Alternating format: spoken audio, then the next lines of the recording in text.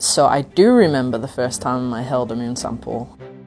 It was in a course at undergraduate level. I remember being in school and a scientist came and gave a talk, and he actually brought a lunar meteorite. And at this point he put what we call a thin section, so we could look down a microscope at them. A thin section is actually a piece of rock that's been sliced, about the same thickness as a piece of hair. You can shine light through it and you can look at all the different minerals that are in the rock. So they're actual meteorites that fall on Earth that are made of pieces of the moon. I remember holding this piece of a lunar meteorite. It was pretty small, and I remember thinking, wow, this is so small. We really need more of this. I remember that was my number one thought, was we need more of this. We need a lot more.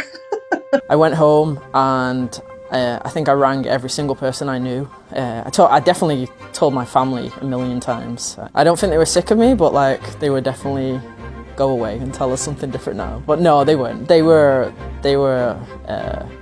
over the moon as me. Pun intended. Yeah.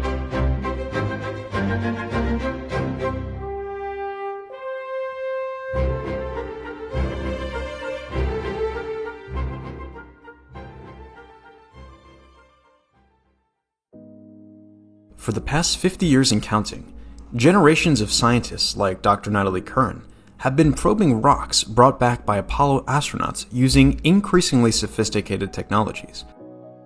We've learned that our moon is so closely related to Earth that the two must have formed from some of the same material. Moon rocks showed the first evidence that the moon has water, and they've even helped in studying the history of the sun, which influenced the evolution of life. I work in the Mid-Atlantic Noble Gas Research Lab, or MNGRL. You know, we're called Moon Girl Lab because we work with lunar samples, but it's actually a fun name because we're actually predominantly female scientists that work in there. We are looking at basically the history of lunar samples, and being in this lab, we're basically rock detectives. So we're looking at how old the sample is and what the sample's made of. The reason why we want to answer these questions is because they can tell us a lot about how not only this sample formed, but also how the moon formed, or what the geological processes are that are occurring on the surface of the moon. So working with the Apollo samples, I honestly try to take the emotion out of my lab work. It's very humbling. It goes over my head, to have a piece of the moon in my hands. I study the origins of organic matter in space. Organic matter is what makes up all life on Earth. Dr. Jose Aponte and his colleagues are trying to figure out how the chemical ingredients for life got to Earth, and whether they ended up on any other planets or moons. Although there was never life on the moon, it's an important place to study as a record of the events, such as asteroid collisions, that shaped the solar system. Rocks on the moon are better preserved and far older than any rocks we found on Earth. My job is integrating science into human spaceflight. So how will we do science on the surface of other planets with astronauts? We like to say that the moon is a witness plate for the solar system, and it's really true. When you look at our planet here on Earth, you see, things that we all really like a lot, like vegetation and the oceans and, cities where people live. But all of these things combined with the fact that our planet is actually very active, just look at plate tectonics, which creates new crust, which destroys old crust. It's, again, what drives our planet and the evolution of our planet. These are all things that we're very appreciative of and see every day, but they're things that actually obscure the geologic record. When you go to the surface of the moon, however, you have 4+ billion years of history preserved on the surface of the moon.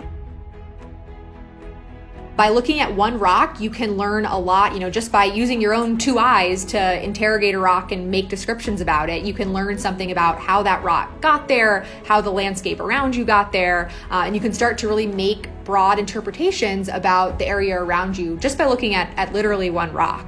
Then imagine taking that rock back to a lab, which you can use these really high resolution lab techniques that we have to peer inside the rock, get a look at what you can't see with the naked eye, start to understand how old that rock is, how long it's been sitting there on the surface. So it's really exciting to think that this some small little sample can tell us a lot about different processes that are not just going on from the local region where this sample was picked up, but actually from the whole of the moon as well. By studying just one rock, you can learn about potentially billions of years of solar system history.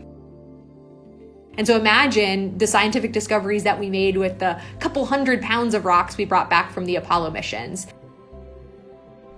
During 6 missions from 1969 to 1972, Apollo astronauts brought back 842 pounds of rocks, pebbles, sand, and dust from the moon.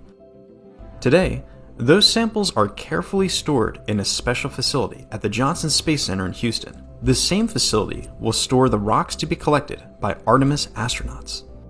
So I work in what's called the Astromaterials Acquisition and Curation Office. We just call it the Curation Office for short. So all of the Apollo moon rocks, meteorites, all of our sample return missions from asteroids, from comets, all of those samples come here to Houston, and it's our office's job to take care of those samples and make sure that they're available to the scientific community to study. The Apollo astronauts all landed near the moon's equator. Samples from there have been instrumental to science, but scientists want to explore other locations on the moon. Otherwise, it would be like landing in the Arizona desert on Earth and assuming that the conditions discovered there reflect those found on the entire planet. Compared with Apollo, Artemis astronauts will carry out a very different mission in a drastically different environment. They will venture to the South Pole, a region that has water ice and could be rich in other resources. The South Pole is a land of extremes. Temperatures there can reach negative 400 degrees Fahrenheit. I would actually even say curation starts as soon as the mission starts. So one of the things that I'm talking to the EVA engineers about a lot and the astronauts is how to prepare for when they're going to go to the moon. For example, we know that we're going to collect some rocks. What container are we going to put those rocks in? Are we going to put them in a can? Are we going to put them in a bag? And we need to understand that because for some of these samples, they are very sensitive to whether they're exposed to metal or plastic. And those are design decisions that have to be made years before the mission even flies. They've got to be super strict, the astronauts on the surface. But me, I'd be like, I'd be like a kid in a candy store and just want to, I want to take everything. And, you can only go a certain amount of time. I'd probably run out of oxygen, me. I'd be walking and forget. It's often said that, exploration is part of human nature, and I definitely agree with that. I mean, even as a small kid, going out in my backyard and, picking up dirt and sticking my hands in the creek and understanding what the little animals and plants were all around me was something that, I didn't have taught to me by that age. It's just something that really comes naturally to, I think, most people. And the same is true on a much bigger scale. The desire to explore the solar system and learn more about, what we can look up in the night sky and see is really a fundamental part of human nature. If we want to visit Mars, if we want to explore the solar system, or if we think about going to other planets, we first must learn how to operate on the moon. Getting ready to conduct science on the moon and to identify scientifically interesting surface features takes a lot of practice. On the next NASA Explorers, Space School, how is NASA preparing astronauts to think and act like geologists?